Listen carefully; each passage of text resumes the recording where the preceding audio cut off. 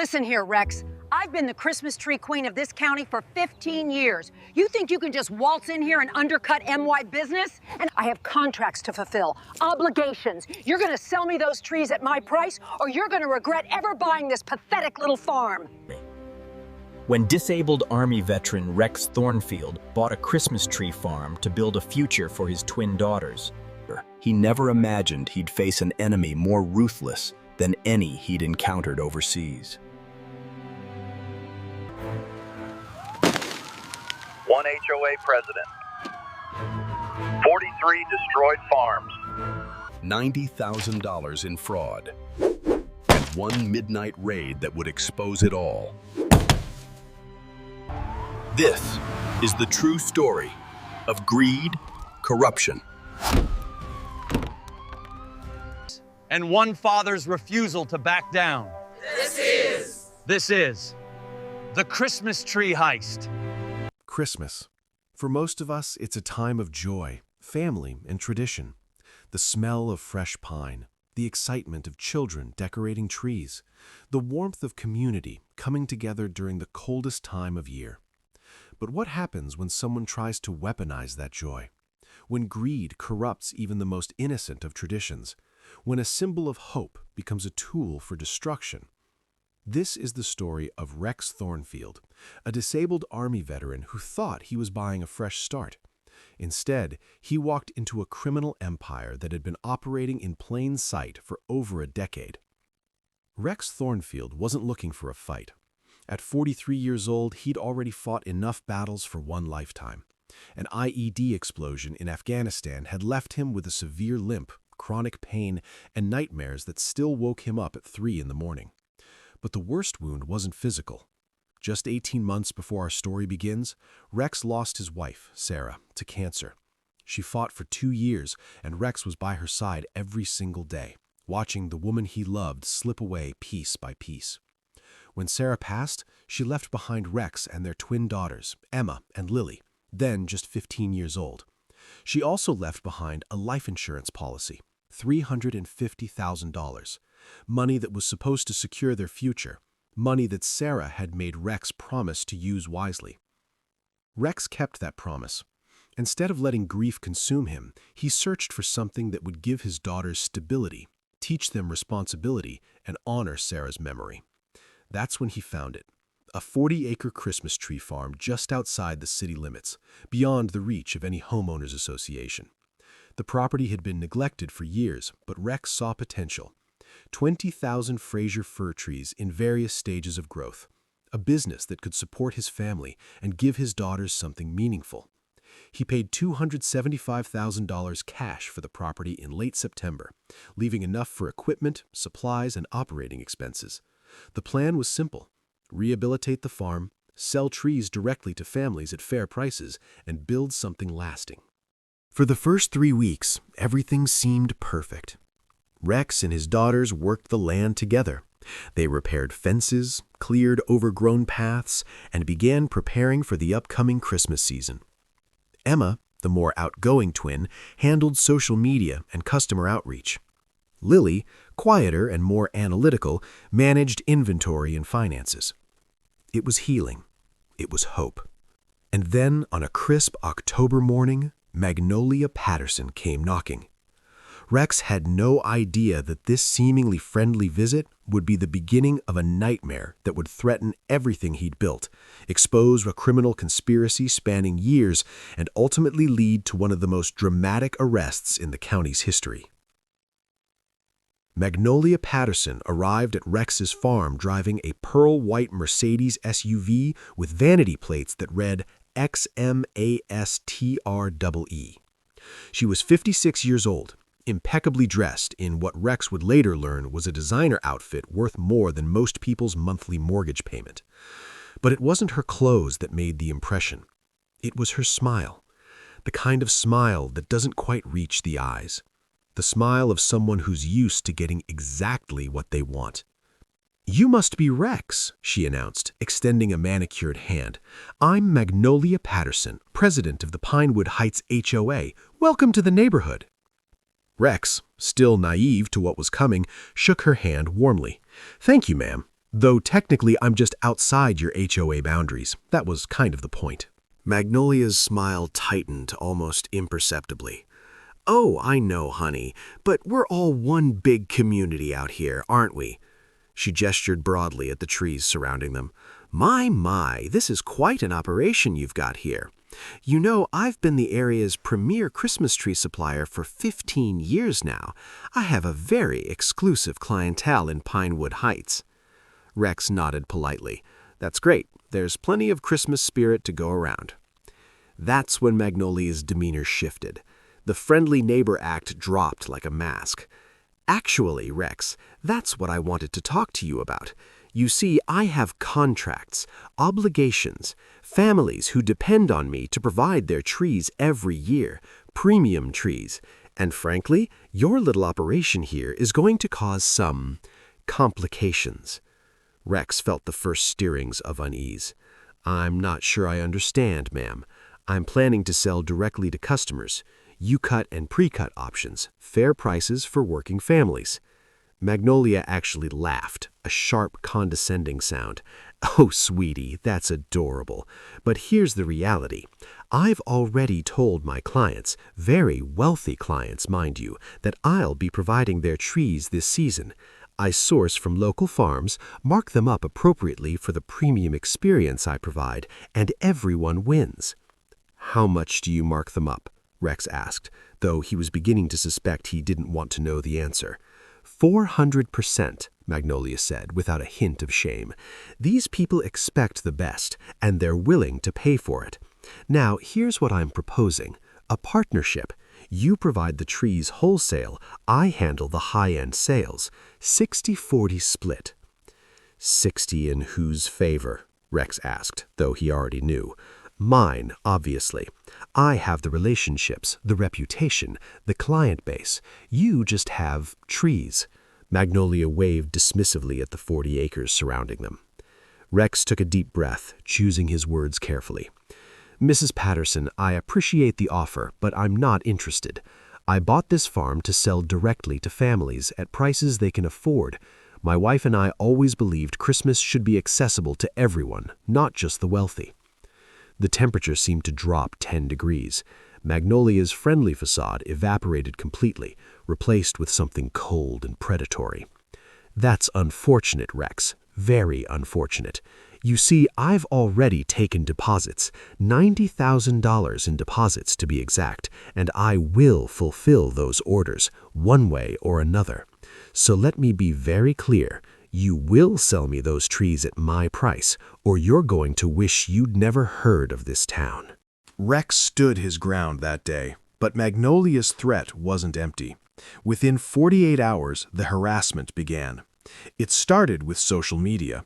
Magnolia had over 15,000 followers across her various accounts, impressive for a small-town HOA president. She began posting photos of Rex's farm with alarming captions. Concerned about the abandoned commercial property that's popped up in our area. Looks like someone's trying to run an unlicensed business. Code enforcement has been notified.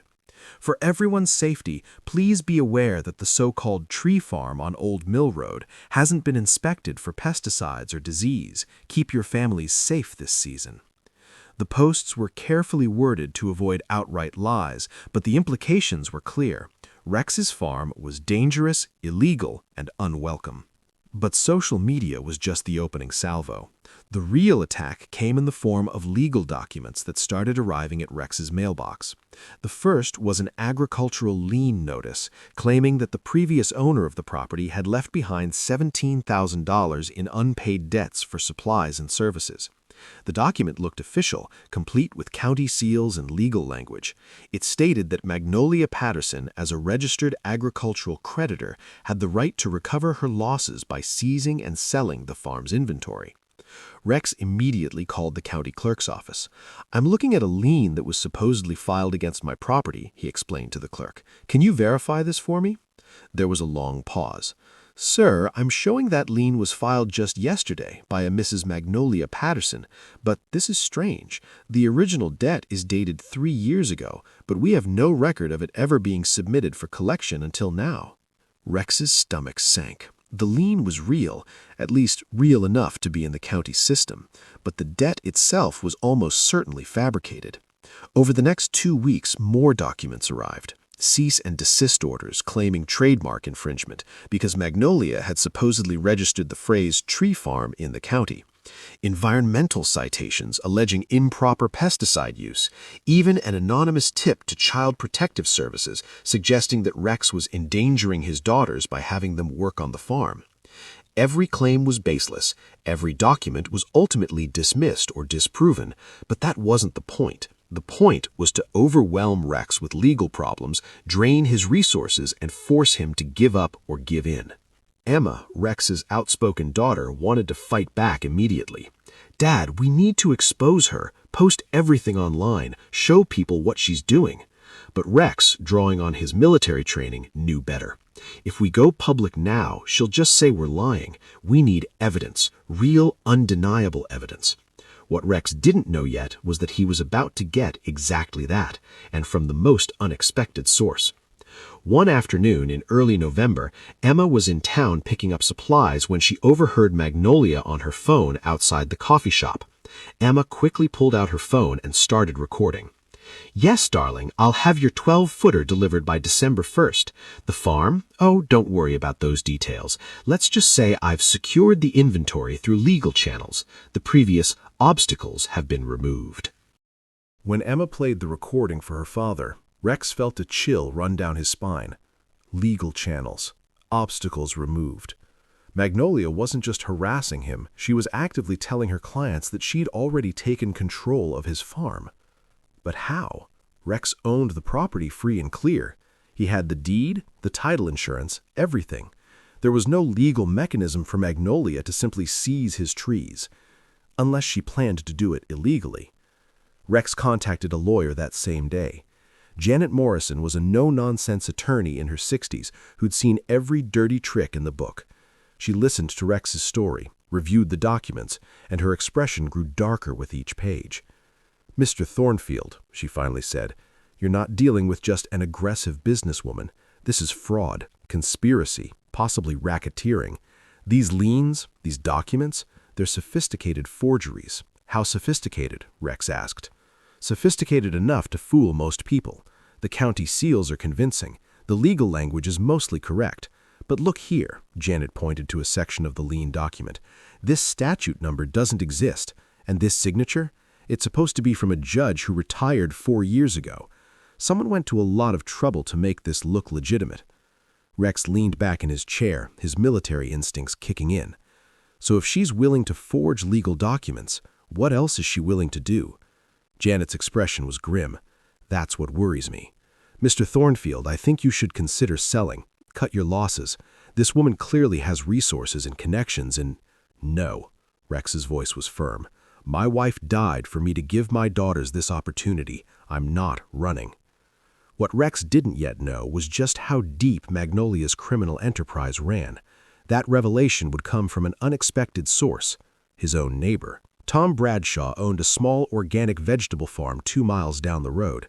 He'd watched Rex move in with interest, but had kept his distance, until one evening when he showed up at Rex's door, hat literally in hand. "Mr. Thornfield, I'm Tom Bradshaw. I need to tell you something about Magnolia Patterson." He invited him in, and over coffee, Tom told a story that made Rex's blood run cold. 3 years ago, I had a dispute with Magnolia over water rights. She wanted to tap into the creek that runs through both our properties. I said no. 2 weeks later, I got hit with a lien claiming I owed her money for agricultural consulting services I never received. "Let me guess," Rex said. "The lien looked official. County seals, legal language, the works." Tom nodded miserably. "I couldn't afford a lawyer. I tried to fight it myself, but she kept filing more documents, more claims. Eventually, she got a judgment against me, based on forged evidence, I realize now, and seized half my harvest to satisfy the debt. Sold my organic tomatoes and peppers to her fancy HOA clients at a massive markup. I lost $30,000 that season. Why didn't you report her?" "I tried, but Magnolia's husband is buddies with half the county officials. Her lawyer plays golf with judges. My complaint went nowhere." Tom looked at Rex with desperate eyes. "But here's the thing.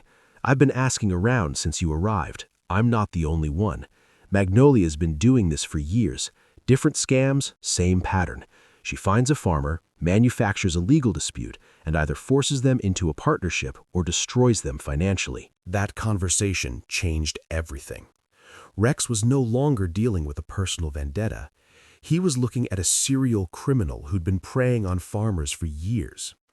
The next morning, Rex hired 2 people who would prove instrumental in bringing Magnolia down. The first was Marcus Chen, a private investigator who specialized in financial crimes. The second was a tech-savvy security consultant named Dmitry Volkov, who would help Rex document everything that was about to unfold. Marcus Chen got to work immediately. A former FBI forensic accountant, he knew exactly where to look. Within a week, he'd uncovered a pattern that was breathtaking in its audacity. "Mr. Thornfield," Marcus reported, "I've found 43 separate farmers, ranchers, and agricultural producers who've had disputes with Magnolia Patterson over the past 12 years. 43. And in every single case, the pattern is the same. She approaches them with a partnership offer," Marcus continued, pulling up a spreadsheet on his laptop. "When they refuse, legal problems mysteriously appear. Liens, citations, complaints. Most of them settle quickly, agreeing to sell to her at wholesale prices just to make it stop. But the ones who fight back, they're destroyed." How destroyed? 3 bankruptcies, 2 forced sales of family farms that had been in operation for generations. One farmer actually committed suicide after losing everything. Marcus's voice was heavy. Magnolia Patterson isn't just a con artist. She's ruined lives. Rex felt rage building in his chest, but he forced it down. Rage wouldn't help. What he needed was evidence that would stand up in court. "Can you prove it?" he asked. "I can prove the pattern, but what we really need is to catch her in the act. Documented theft, conspiracy, fraud. Charges so serious she can't weasel out of them." That's where Dmitry Volkov came in. The security consultant arrived at the farm with enough equipment to film a Hollywood movie. 4K cameras with night vision, directional microphones, motion sensors, and a digital recording system that could store weeks of footage. "We're going to make your farm the most surveilled piece of property in the state," Dmitry said with a slight Russian accent. "Every angle, every approach, everything recorded and backed up to the cloud in real time. If anyone so much as steps on your property without permission, we'll have it in crystal clear video." Over 3 days, Dmitry installed 27 cameras covering every inch of the farm. They were hidden in tree branches, inside fake rocks, even in artificial birdhouses. The system was sophisticated enough to distinguish between human intruders and wildlife, sending alerts to Rex's phone whenever someone entered the property. But Rex needed more than just surveillance. He needed Magnolia to commit a crime so obvious, so undeniable, that even her connections couldn't save her. That's when he made a decision that his lawyer, Janet Morrison, strongly advised against. He was going to give Magnolia exactly what she wanted, or at least make her think he was. Rex called Magnolia's cell phone. She answered on the 3rd ring, her voice dripping with false sweetness. "Rex, what a pleasant surprise. Have you reconsidered my very generous offer?" "I have," Rex said, forcing humility into his voice. "You were right. I'm in over my head. The legal problems, the costs. I can't sustain this. I'd like to discuss terms." There was a pause, then a barely concealed note of triumph in Magnolia's voice. "Well, well, I'm so glad you've come to your senses. Why don't we meet tomorrow to discuss the details?" "Actually," Rex said, "I'm going to be out of town for a few days. Family emergency. But we can talk when I get back." What Rex didn't tell Magnolia was that there was no family emergency. He was setting a trap, and he needed her to feel comfortable enough to make her move while he was supposedly gone. For the trap to work, Rex needed law enforcement on his side. That meant approaching the authorities with real evidence, not just suspicions and patterns. Detective Sarah Walsh of the County Sheriff's Department had been skeptical when Rex first called. "Mr. Thornfield, what you're describing sounds like a civil matter. Disputes over property, business disagreements, these aren't usually criminal cases." even when they involve forged court documents, fabricated liens, conspiracy to commit theft? That got her attention. You have proof of this? Rex invited her to the farm and spent 3 hours walking her through everything Marcus Chen had uncovered. The 43 victims, the pattern of harassment, the forged documents, Emma's recording of Magnolia claiming to have secured Rex's inventory through legal channels. Detective Walsh's expression grew progressively darker as the evidence mounted. "This is bigger than I thought," Walsh admitted. "If what you're showing me is accurate, we're not talking about simple fraud. This is organized criminal activity, RICO territory, potentially. So you'll help me?" Walsh hesitated. "Mr. Thornfield, I need to be honest with you. Magnolia Patterson is well connected. Her husband, Richard, golfs with the county commissioner. Her lawyer, Gerald Thorne, has won cases against the district attorney's office. If we come at her with anything less than ironclad evidence, she'll walk, and everyone who helped investigate will have a target on their backs." "Then help me get ironclad evidence," Rex said. "She's planning something. I can feel it. And when she makes her move, I want every second of it documented in a way that no judge, no lawyer, and no good old boy network can ignore." Detective Walsh made a decision that would prove crucial to the case's outcome. She went over her captain's head directly to the district attorney, a relatively new DA named Michael Torres, who'd run on an anti-corruption platform. Torres listened to the evidence, reviewed Marcus Chen's financial analysis, and made his own phone call to the FBI. Within 48 hours, Rex found himself in a conference room with federal agents. Special Agent Jennifer Morrison of the FBI's White-Collar Crime Division laid it out plainly. "Mr. Thornfield, if Mrs. Patterson has been running this operation for 12 years across multiple counties, this becomes a federal matter. We're interested. But we need her to commit a federal crime on camera, something that gives us jurisdiction and makes the charges stick." "What kind of crime?" Rex asked. "Interstate commerce violations, for one.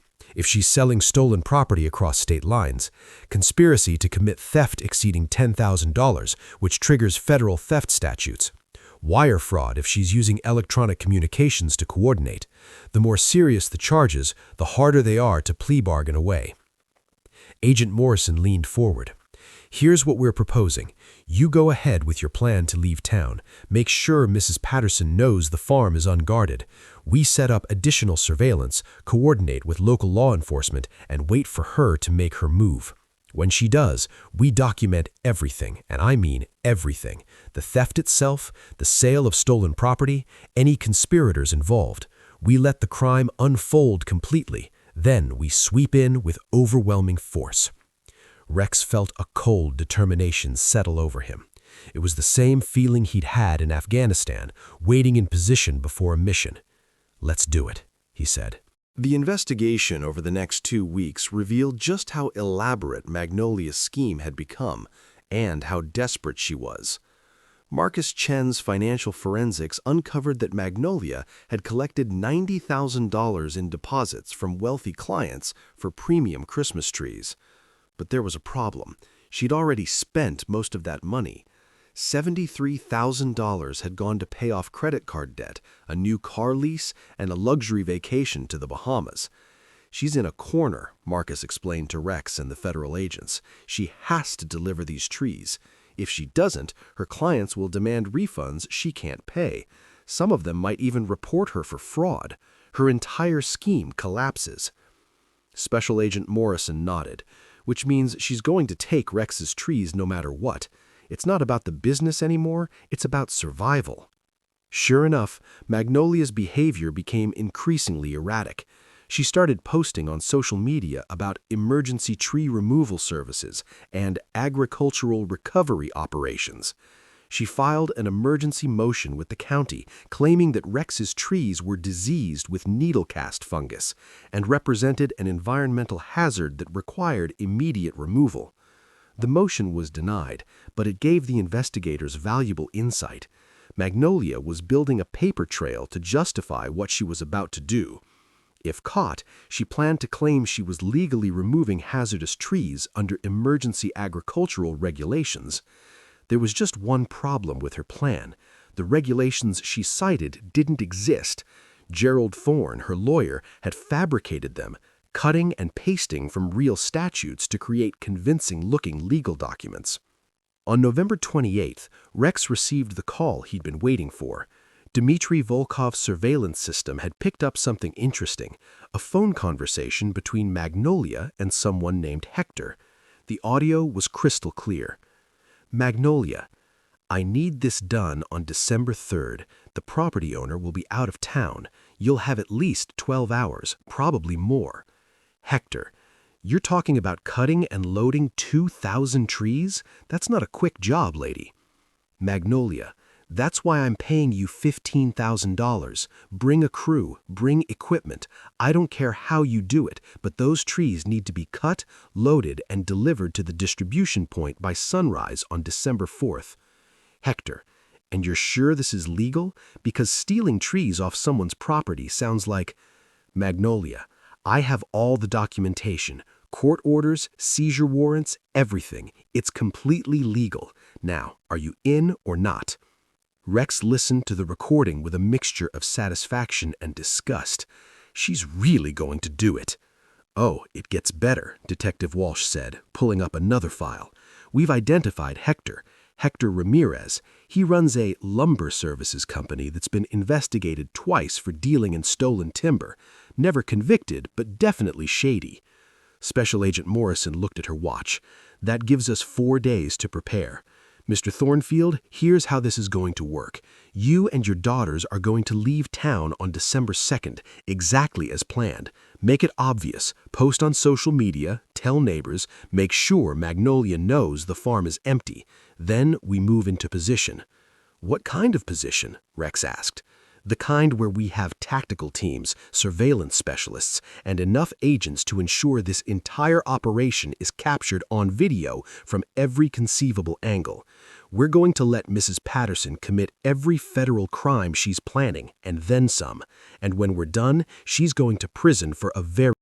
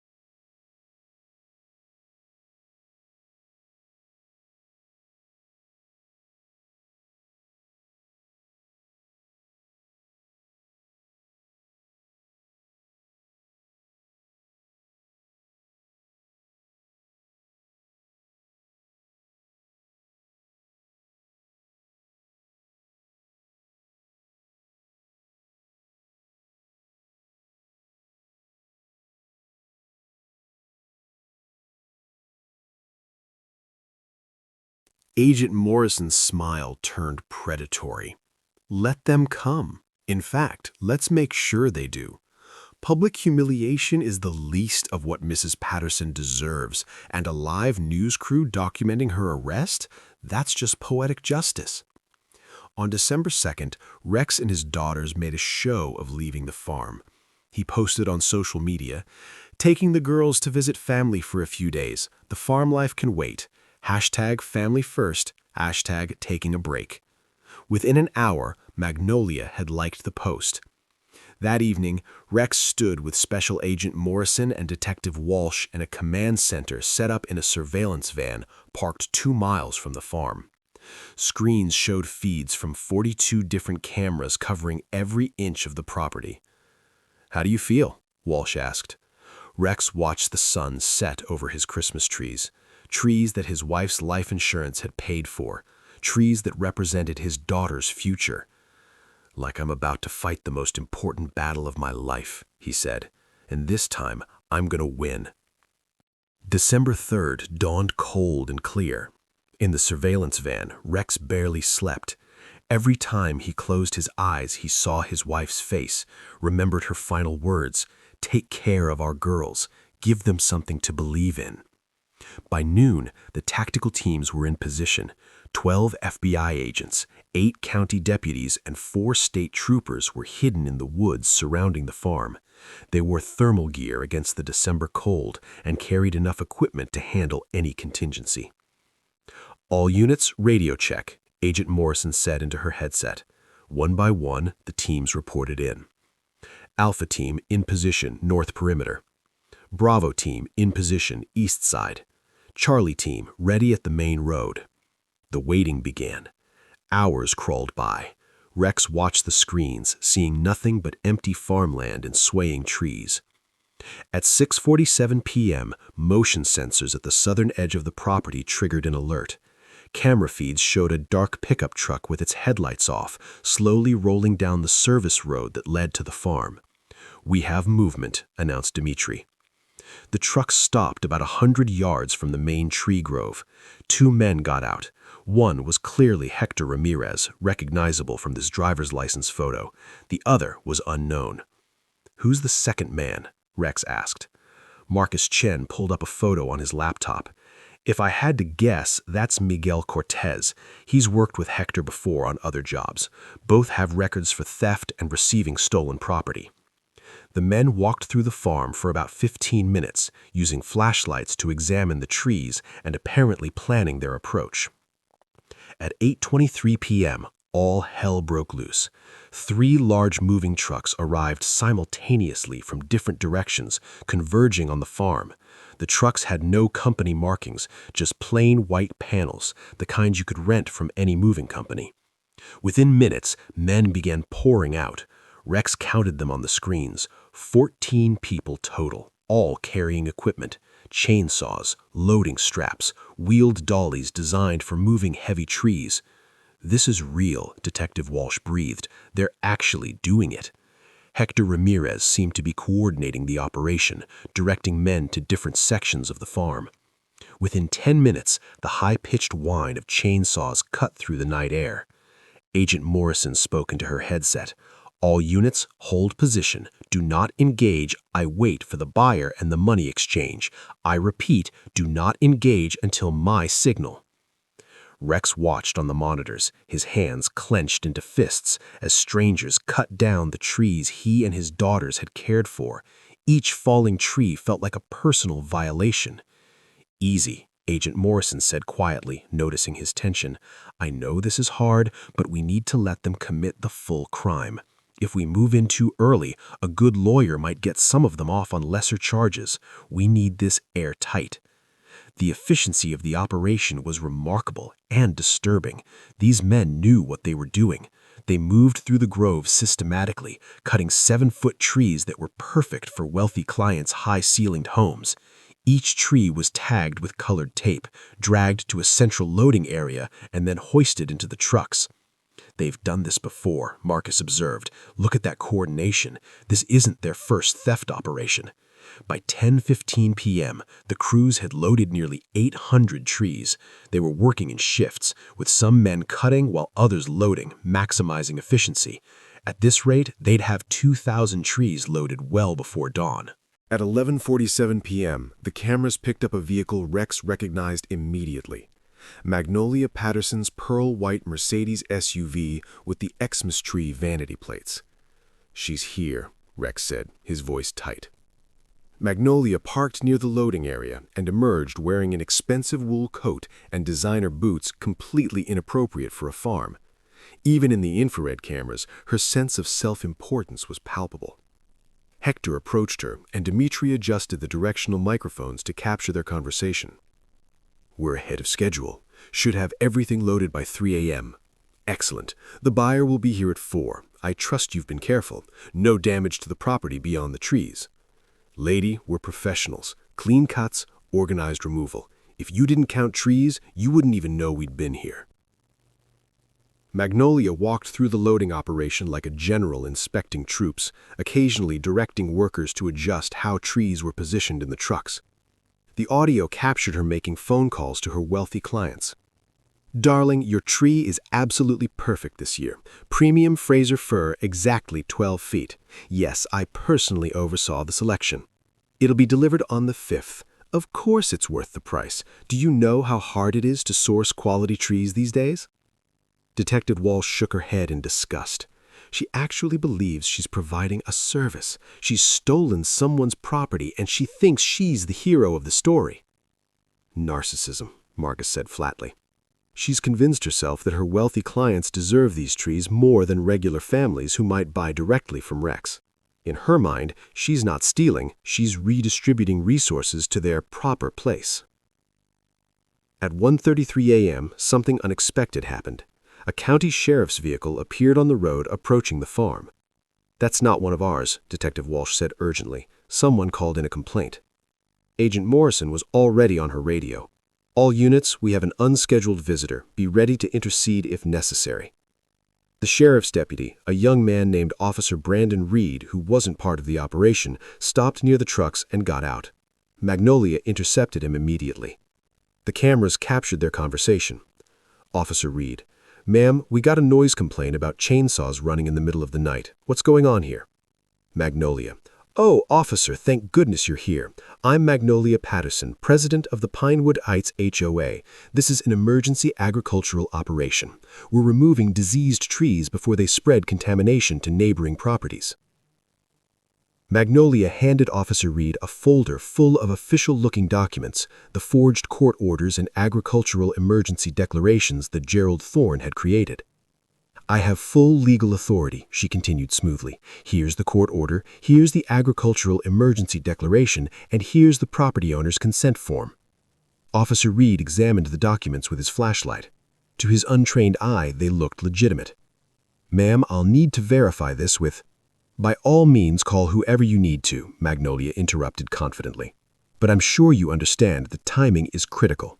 Every hour we delay increases the risk of contamination. I'm actually doing your community a service here." Officer Reed, clearly out of his depth, retreated to his vehicle to make calls.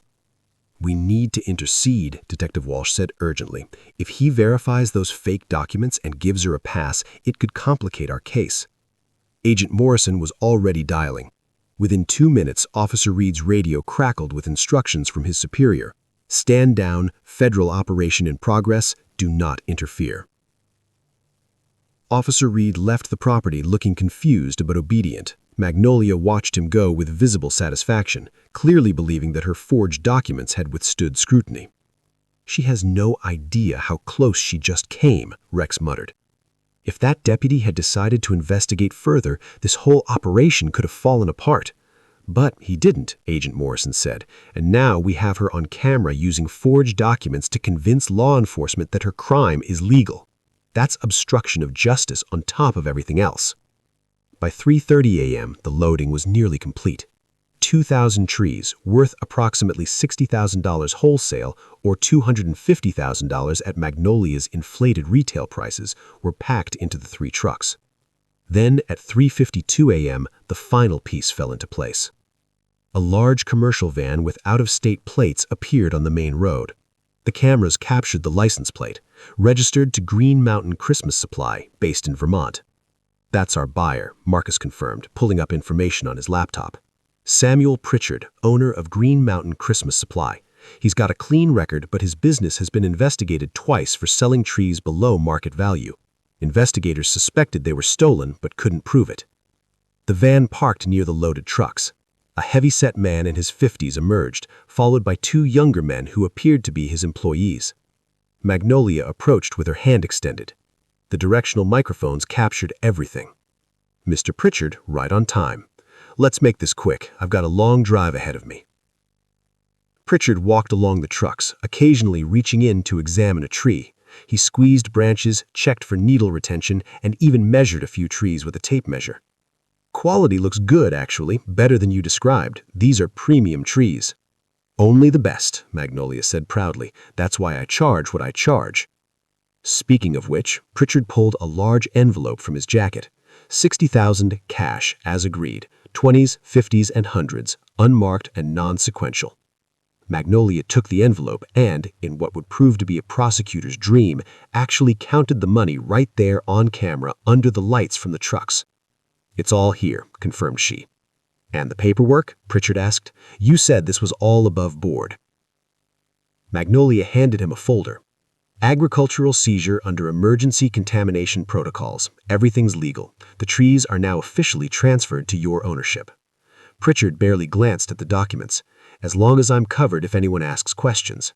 "No one's going to ask questions," Magnolia assured him. "The property owner is out of town and has no idea this is even happening. By the time he gets back, you'll be halfway across the country selling these trees at your Christmas lots." "Perfect." He shook her hand. "Pleasure doing business with you, Mrs. Patterson. If you come across more inventory like this, give me a call." "Oh, I will," Magnolia said with a smile that made Rex's blood boil. In the surveillance van, Agent Morrison spoke into her headset with quiet intensity. "All units, we have theft, sale of stolen property, and conspiracy captured on camera. Money has changed hands. Prepare to move on my signal." She paused, then said the words everyone had been waiting for. "Execute, execute, execute." What happened next would be described by witnesses as both terrifying and beautiful. The kind of coordinated law enforcement operation that makes criminals' nightmares seem tame. At precisely 4:07 a.m., the night exploded into daylight. Floodlights mounted on tactical vehicles blazed to life from 4 directions, turning the farm into a stage. Sirens wailed, engines roared, and from the darkness, 12 federal agents and 16 law enforcement officers in full tactical gear emerged with weapons drawn. "FBI, everyone on the ground, now. County Sheriff, hands where we can see them. Do not move. You are arrested." The effect was instantaneous chaos. Hector's crew dropped their equipment and raised their hands. Several men actually lay face down on the ground without being told twice. These were career criminals who knew they were beaten. Samuel Pritchard, the buyer from Vermont, looked around in panic and actually tried to run directly into 2 state troopers who tackled him before he made 10 feet. The envelope of cash fell from his hands, bills scattering across the ground in the spotlight. But it was Magnolia Patterson's reaction that everyone would remember. For a few seconds, she simply frozen in shock as armed agents surrounded her. Then, as the reality of the situation penetrated her mind, she did the worst possible thing. She tried to talk her way out of it. "Wait, wait," she screamed, pulling papers from her coat. "I have documentation. This is a legal agricultural seizure. I have court orders. I have—" "Mrs. Patterson," Special Agent Morrison stepped into view with her badge held high, "you have the right to silence. I strongly suggest you use it." But Magnolia did not remain silent, not even close. "This is a mistake. I'm Magnolia Patterson. I'm the president of the Pinewood Heights HOA. My husband knows the county commissioner. Our lawyer will have you all fired for this." Agent Morrison nodded to 2 agents who moved forward with handcuffs. "Ma'am, you're under arrest for conspiracy to commit theft, interstate transportation of stolen property, fraud, and forgery of legal documents. Additional charges are pending." "Stolen property," Magnolia shrieked. "These trees are diseased. I'm performing a public service. I have the documentation." "Those documents are forgeries," Detective Walsh said, stepping forward. "We've had experts examine them. The court orders are fake. The judge's signature is from someone who retired 4 years ago. The statutes you cited don't exist." For the first time, fear flickered across Magnolia's face. As agents handcuffed the crew members and loaded them into transport vehicles, more law enforcement arrived to process the scene. Crime scene technicians began photographing everything. FBI forensic accountants prepared to seize Magnolia's financial records. And then, the final piece of Magnolia's public humiliation arrived: the news crew.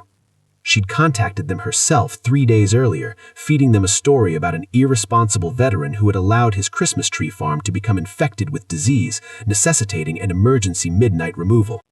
The news crew, 2 reporters and a cameraman, had been told to arrive at 4 a.m. to film the heroic operation.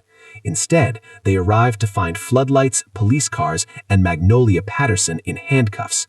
"Get that camera out of my face," she screamed. "Turn it off! Turn it off!" But the camera didn't turn off, and as the news crew filmed, Magnolia Patterson proceeded to make everything worse for herself. "You don't understand," she yelled at the camera. "That veteran, Rex Thornfield, he was ruining everything. He was going to undersell the market. People like him don't understand business. These trees belong with my clients. They deserve quality trees." Agent Morrison tried to guide Magnolia to a transport vehicle, but she kept talking, as if she couldn't stop herself. "I've been running the Christmas tree market in this county for 15 years. 15 years. I provide a premium service. I have standards."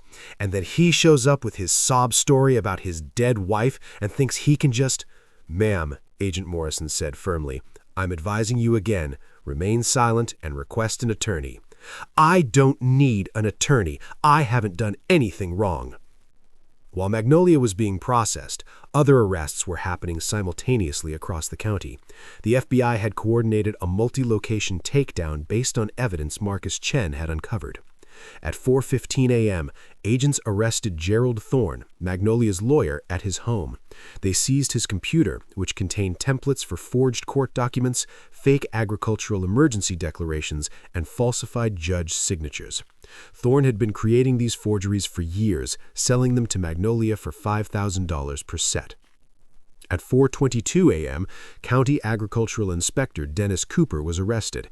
He'd been taking bribes from Magnolia, $2,000 per farm, to file false contamination reports that gave her fake justification for her emergency seizures. At 4:31 a.m., Richard Patterson, Magnolia's husband, was arrested for money laundering and conspiracy. Bank records showed he'd been helping Magnolia hide her illegal profits through a complex network of shell companies and offshore accounts. But the most surprising arrest came at 4:45 a.m. County Commissioner Dale Morrison, no relation to Agent Morrison, was taken into custody for accepting bribes and obstructing justice. For 3 years, Commissioner Morrison had been receiving monthly payments of $5,000 from Magnolia in exchange for interfering with investigations, pressuring law enforcement to drop cases, and providing her with inside information about farmers who were having financial difficulties. "It's like pulling on a thread and having the entire sweater unravel," Detective Walsh said, as the scope of the conspiracy became clear. This wasn't just Magnolia Patterson being greedy. This was an organized criminal enterprise involving multiple public officials. Back at the farm, Rex had finally been allowed to emerge from the surveillance van. He walked slowly through the scene, looking at the cut trees, the arrested criminals, and the chaos of the law enforcement response. Agent Morrison approached him. "How are you holding it together?" Rex looked at the trees his wife's life insurance had bought, now lying on the ground or loaded in trucks. "I'm angry," he admitted, "but mostly I'm thinking about all the other people she did this to. Tom Bradshaw, the 42 other farmers Marcus found, the man who committed suicide after losing his farm. If we'd stopped it just for me, it wouldn't be enough." "Well, Mr. Thornfield," Agent Morrison said, "you did more than stop it just for you. This takedown is going to reverberate. Every corrupt official, every con artist who's been preying on farmers, they're going to think twice now. You didn't just save your farm, you exposed an entire network." As dawn broke over the property, news crews from 3 different stations arrived. The story was already spreading. An Army veteran had single-handedly exposed a decade-long criminal conspiracy. By noon, it would be national news. By evening, Rex's phone would be ringing with interview requests from across the country. But for now, he just stood among his trees and thought about Sarah. "We did it, honey. We protected the girls." The legal proceedings that followed the arrests moved with surprising speed. When you have 42 cameras capturing a crime from every angle with crystal-clear audio of criminals discussing their conspiracy, defense attorneys don't have much room to maneuver. Magnolia Patterson was charged with 17 federal counts, including conspiracy to commit theft, interstate transportation of stolen property, wire fraud for electronic communications coordinating the crimes, forgery of court documents, obstruction of justice, racketeering under RICO statutes, and, most seriously, heading a criminal enterprise. Her bail was set at $500,000. Her lawyer argued that she was a respected community member with no flight risk. The prosecutor countered by playing the footage of her literally saying, "This is just the beginning," when discussing stealing from other farmers. Bail was denied. Gerald Thorne, the lawyer, was disbarred immediately.